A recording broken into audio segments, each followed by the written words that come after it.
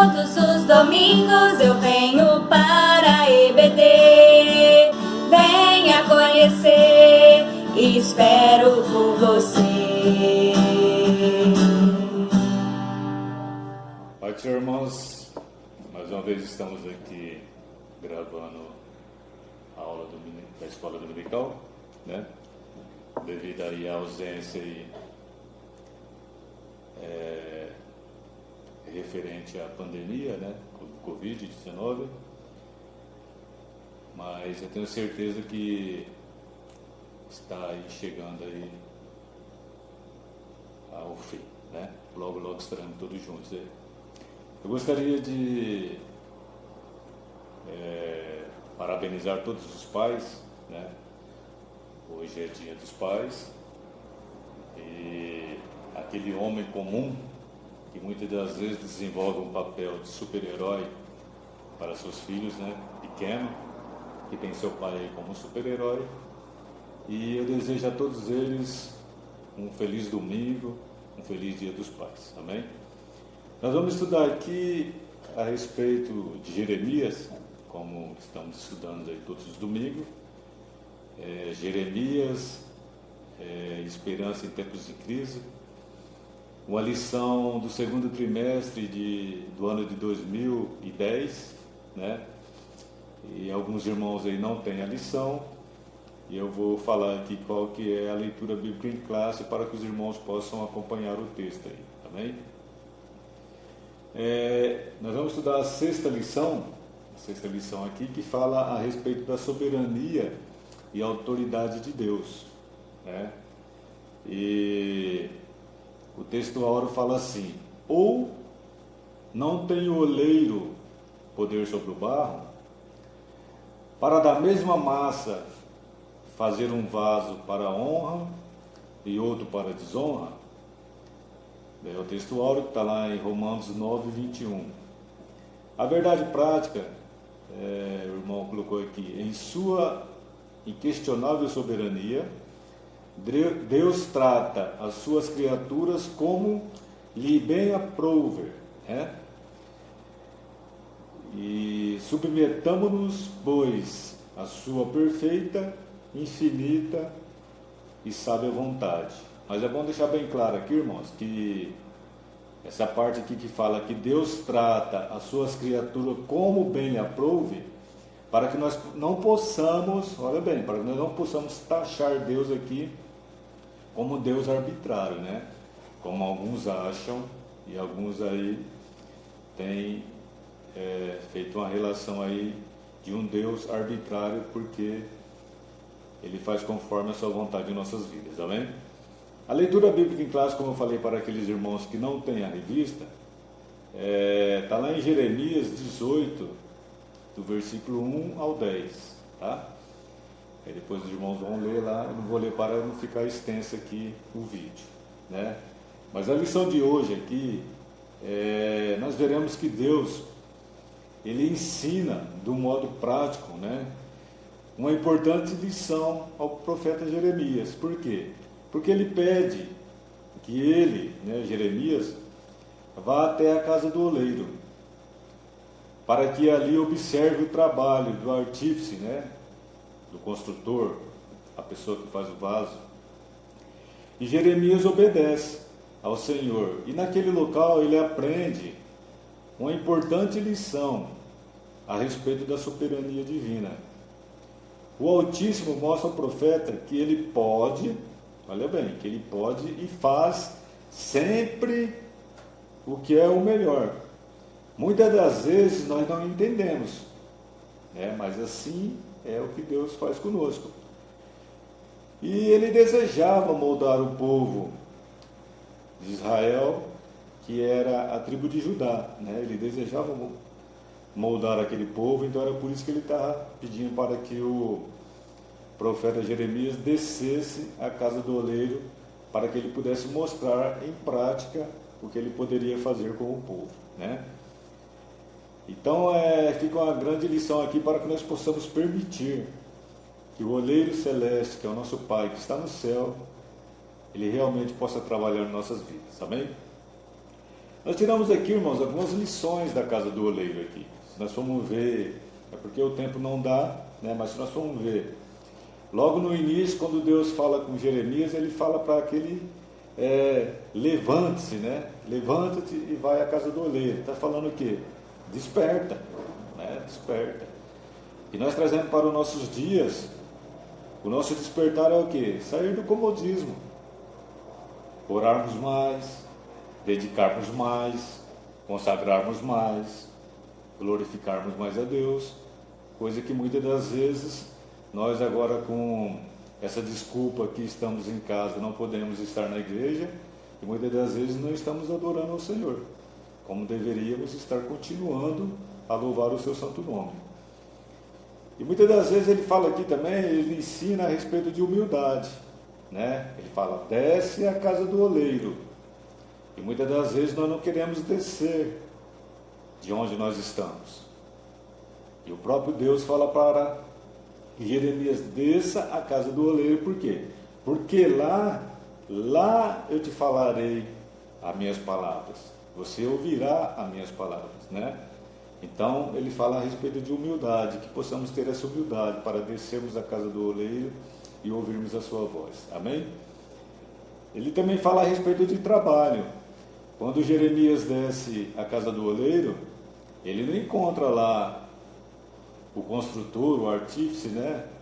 Ou o oleiro dormindo. O oleiro estava trabalhando. E que nós possamos trabalhar, né? Nós possamos trabalhar. E a obra do Senhor, ela é escassa de trabalhadores, né? Que realmente nós possamos trabalhar para Ele. E também fala de uma outra situação aqui, irmãos, a respeito de paciência. Quando o vaso se quebrou pela primeira vez, o oleiro não jogou o vaso fora, né? Não desfez aquele vaso. Ele refez novamente o vaso, né? E muitas das vezes nós estamos na casa do Senhor e temos colocado muitos vasos para fora da igreja. Isso não é o nosso papel, isso não compete a nós.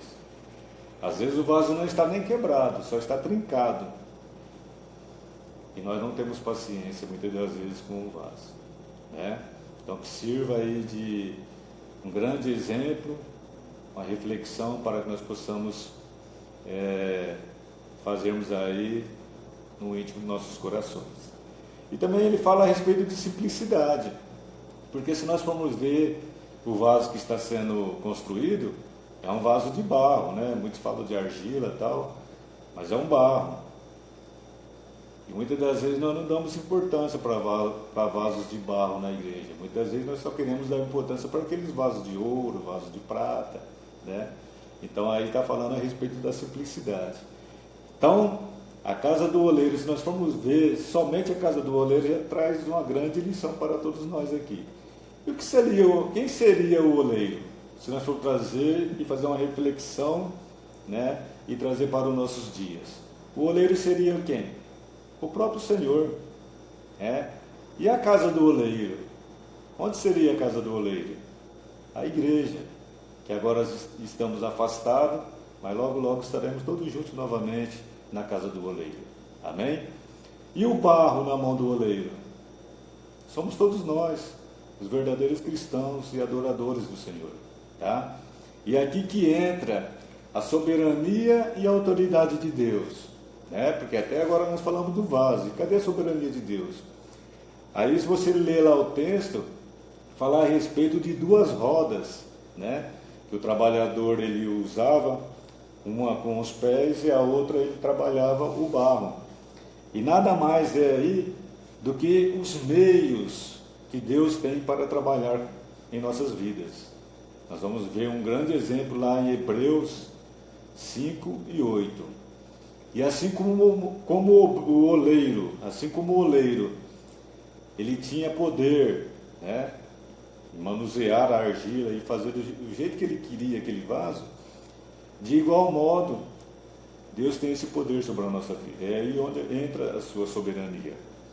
A soberania de Deus é a autoridade inquestionável que Ele exerce sobre todas as criaturas, né? Tanto na terra como no céu.